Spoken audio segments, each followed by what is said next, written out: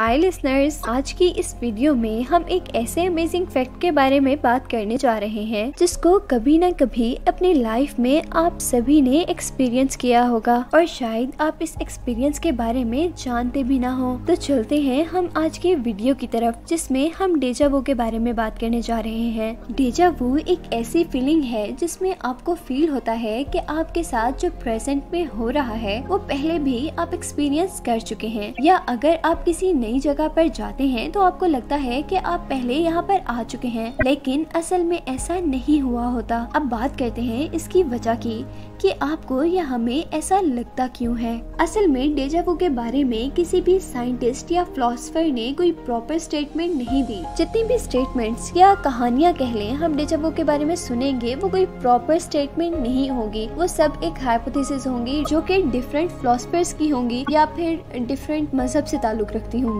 इसमें सबसे appropriate statement हमें हिंदुइज्म से मिलता है। जैसा कि आप सब लोग जानते हैं कि हिंदुइज्म में माना जाता है कि उनकी 7 लाइफ्स होती हैं, जिसमें उनके मानने के मुताबिक वो लोग 7 जिंदगियां जीते हैं, यानी वो लोग 7 मर्तबा पैदा होते हैं, कभी किसी जानवर की शक्ल में या इंसान की शक्ल में या किसी और इंसान की शक्ल में। हिंदुइज्म के अकॉर्डिंग डेजा वू एक ऐसी फीलिंग है जो आप पिछले लाइफ में एक्सपीरियंस कर चुके होते हैं।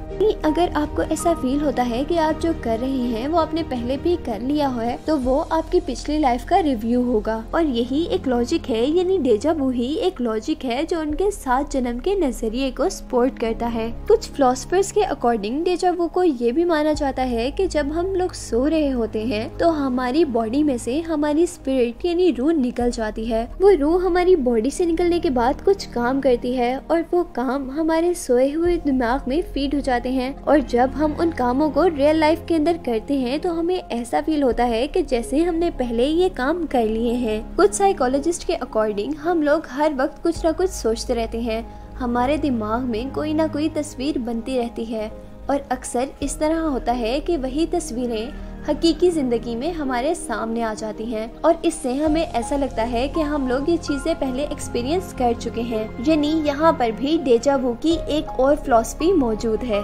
डेजा वू के बारे में एक और फिलॉसफी ये भी है, जिस तरह पेरेंट्स से डिफरेंट चीजें हमारे अंदर आती हैं, इसी तरह कुछ यादें भी कभी कभार हमारी पेरेंट्स से जेनेटिकली हमारे अंदर आ जाती हैं, और जो कुछ उन्होंने एक्सपीरियंस किया होता है अगर वो हमारे साथ होता है तो हमें डेजा वू की फीलिंग आती है। कुछ साइंटिस्ट के अकॉर्डिंग हमारे ब्रेन के अंदर एक ऐसी नर्व होती है जिसके दबने से हमें लगता है कि जो काम हम उस वक्त कर रहे हैं वो हम पहले भी कर चुके हैं, यानी इसके अकॉर्डिंग हमें उस नर्व के दबने से डेजा वू की फीलिंग आती है। इसके अलावा भी काफी स्टेटमेंट्स डेजा वू के बारे में है, जिस तरह एक ये कि हम लोग कुछ ख्वाब देख लेते हैं लेकिन फिर हम उन ख्वाबों को भूल जाते हैं, और जब कभी उन ख्वाबों का सिरा हमारी हकीकत से मिलता है तो हमें ऐसा लगता है कि जैसे हमने ये सब कुछ पहले एक्सपीरियंस किया हुआ है। यहाँ इस वीडियो में जहाँ मैंने काफी सारे साइंटिस्ट और साइकोलॉजिस्ट के बारे में बात की और उनके डिफरेंट व्यूज को प्रेजेंट किया, उनमें से कुछ साइंटिस्ट ऐसे भी हैं जो कि डेजा वू को मानते ही नहीं हैं। वो कहते हैं कि डेजा वू के बारे में हमने जितने भी हाइपोथेसिस पढ़े हैं उनको समझने से पहले हमें इंसानी बॉडी के बारे में समझने की जरूरत है, जिसके अंदर बहुत से हार्मोन्स हैं, नर्व्स हैं, जो कि सोचने समझने की सलाहियत से लिंक करते हैं। इन स्पेसिफिक साइंटिस्ट के अकॉर्डिंग डेजा वू ये है कि कभी कभार हमारा ब्रेन एक एक्स्ट्रा हार्मोन रिलीज कर देता है,